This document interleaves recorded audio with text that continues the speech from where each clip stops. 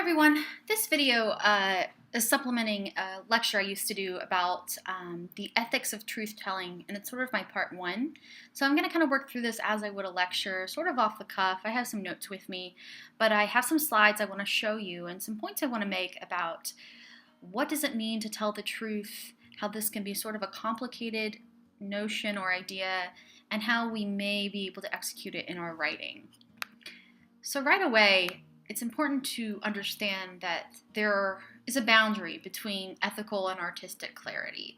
Sometimes that boundary seems not so visible to us, and we have to make sure that we can kind of draw the line in the sand and understand that there's so many lines we can cross in terms of ethics, and telling the truth and keeping to tell the truth and staying within those lines is one of them.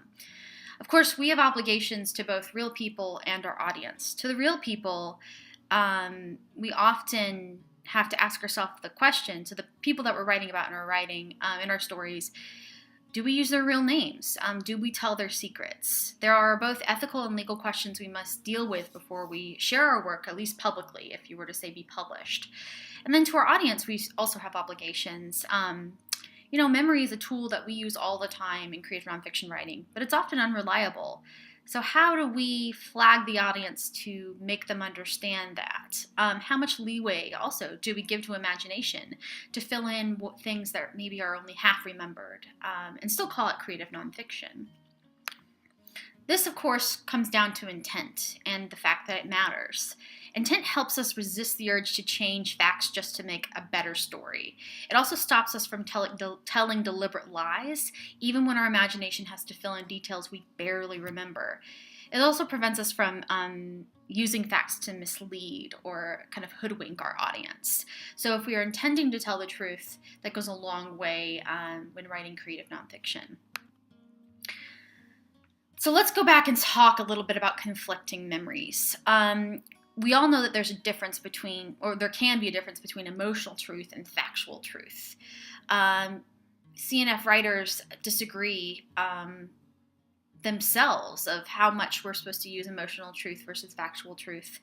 And it really does partly depend on one's definition of what truth is.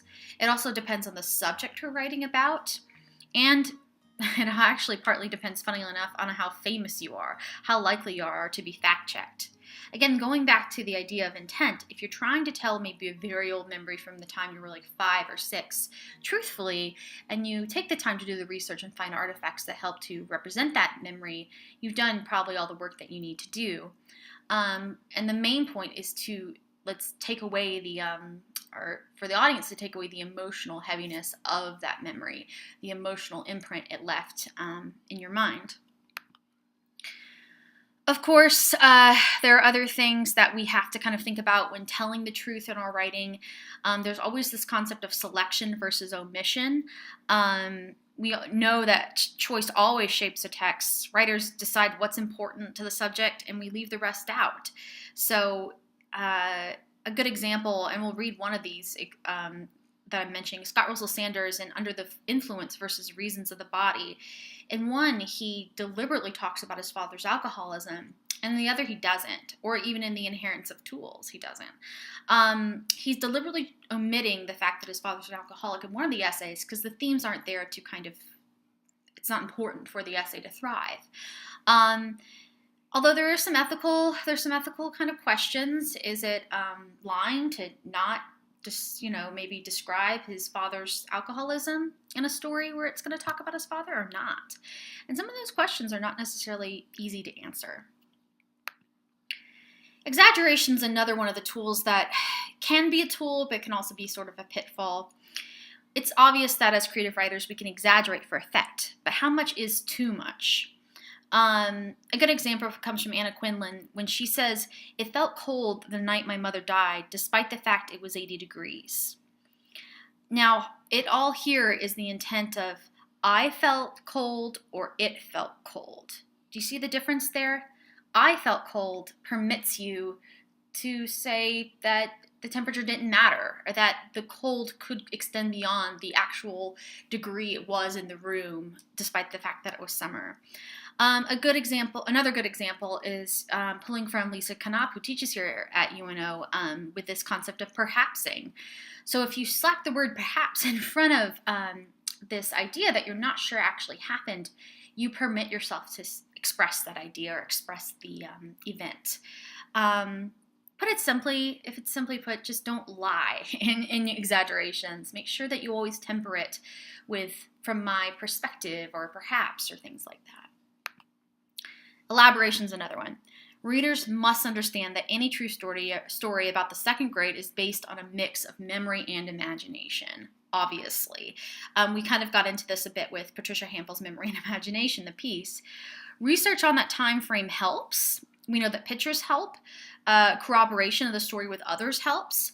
But of course, yeah, some of those memories, well, we're constantly reinventing our memories. We're constantly coloring them and shading them to look different than probably what actually happened. And that's okay, as long as, again, you intend to tell the most truthful story that you can.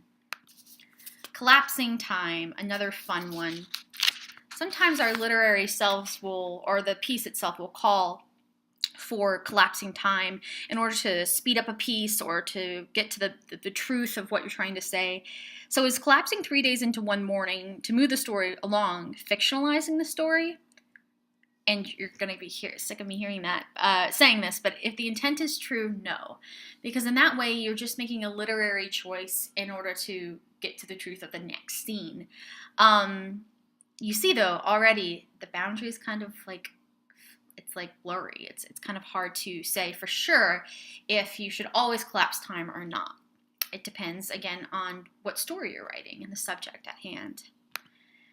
This is where it gets a little weird. We're going to talk about composite characters.